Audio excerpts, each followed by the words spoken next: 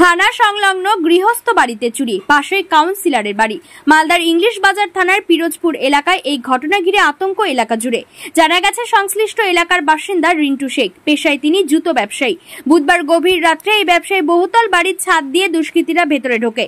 এরপর দুষ্কৃতীরা নগদ প্রায় ৭০,০০০ টাকা এবং ৩টি মোবাইল ফোন নিয়ে চম্পট দেয়। বৃহস্পতিবার সকালে বিষয়টি জানাজানি হতেই এলাকা জুড়ে চাঞ্চল্য ছড়িয়ে পড়ে। বাড়ির সদস্যদের অভিযোগ, ছাদের দরজা না থাকায় দুষ্কৃতীরা সেখান দিয়ে ভেতরে ঢোকে।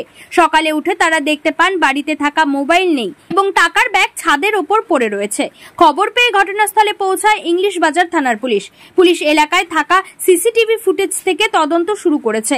এদিকে এই গৃহস্থ বাড়ির পাশেই রয়েছে ৫ নম্বর ওয়ার্ডের কাউন্সিলরের বাড়ি। অন্যদিকে ঢিলছোড়া দূরত্বে ইংলিশ বাজার থানা।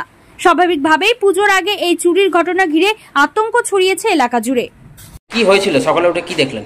সকালে উঠে দেখছি মোবাইল নেই আর টাকা পয়সাও নেই। এখানে দেখছি দরজা খোলা, সব বিছানাতে দেখছি, গোটা ঘর খুঁজছি, কিছু নেই, টাকা পয়সা মোবাইল কিছু নেই। দেখছি আর দেখছি দরজা খোলা, পার্স নেই। ছাদে যে দেখছি পার্সটা সব ছাদে রাখা আছে। কিভাবে ঢুকলো অনুমান করছেন? কিভাবে? এই তো দরজাটা লাগানো ছিল, খুলেছে দরজাটা, এই দরজাটা লাগানো হয়েছিল। ওপরে ছাদের কোনো দরজা নেই? না, ওটা কোনো দরজা নেই। কি অনুমান করছেন ওখান থেকে ঢুকেছে? হ্যাঁ, ওটাই তো এখন মনে সন্দেহ হচ্ছে, ওখান থেকে ঢুকেছে। কত টাকার কতগুলো ফোন চুরি হয়েছে? দুটো ফোন উপর থেকে আর একটা ফোন নিচে থেকে, আর মিনিমাম ৮ থেকে ১০,০০০ টাকা ছিল, ওটা চুরি হয়েছে। আর পার্সে ছিল কিছু টাকা, ২-৩০০ টাকার মতো পার্সে ছিল। পার্সটা আছে কিন্তু টাকা নেই। নিচের টাকাটাও ওটা কত? ৬০,০০০ টাকা ছিল। নিচে একটা মোবাইল ছিল, ওটা চুরি হয়েছে। পুলিশ এসেছিল? পুলিশ এসেছিল, সবাই দেখে সব কিছু। আপনার নাম? সোমা খাতুন। কি হয়েছিল সকালে উঠে কি দেখলেন? সকালে উঠে দেখছি ফোন নেই, এখানে ব্যাগ রাখা ছিল, ব্যাগটাও নেই, ছাদের উপরে রাখা ছিল ব্যাগটা।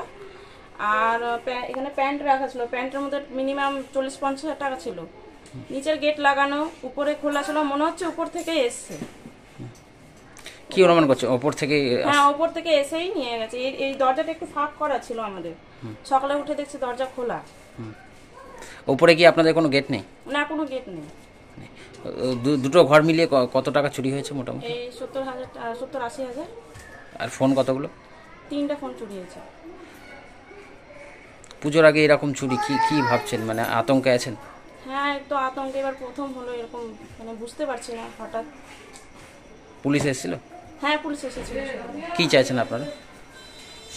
কি চাইবো এখন কে নিয়েছে এটাই তো ভাবছি। আপনার নাম? আমার নাম জাহানারা খাতুন। বললেন?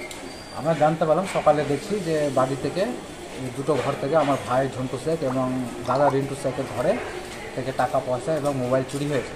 যেমন টাকা পয়সা, দাদার ঘরে রিন্টু শেখ জুতার ব্যবসা করে, তার মোটামুটি আপনার ৫০-৬০ হাজার টাকার মতন। আর ভাইয়ের ঘর থেকে প্রায় আপনার ১০,০০০ টাকা আশাপাশি, মানে ৭০-৮০ হাজার টাকা টোটাল দিয়েছে এবং সঙ্গে 3টে অ্যান্ড্রয়েড ফোন চুরি হয়েছে। আশঙ্কা করছি যে ছাদের উপরে যেহেতু সিঁড়ি লাগানো নেই, সিঁড়ির গেট, ওইখান থেকে হয়তো এসে চুরি করে আবার ছাদের উপরে গিয়ে ব্যাগগুলোকে গুছিয়ে ওরা আবার টাকা পয়সা ওখান থেকে কিছু করে, মানে ওখানে অনেকক্ষণ স্টে করে কোথাও থেকে পালিয়েছে ছাদের উপর থেকে। বলছিলাম থানা থেকে তো কাছেই আপনাদের বাড়ি, তারপরেও চুরি, কতটা আতঙ্কে আছেন? থানা থেকে কাছে যেহেতু রয়েছে, তো এবার এইভাবে চোররা চুরি করছে, তো একটু আতঙ্ক তো থাকবেই।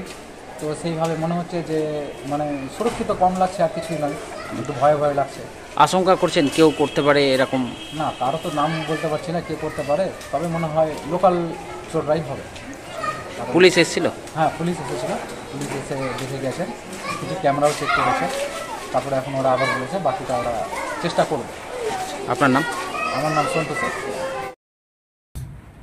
Bureau report, news for Bengal. This channel does not promote or encourage any illegal activities. All contents provided by this channel is meant for educational purpose only.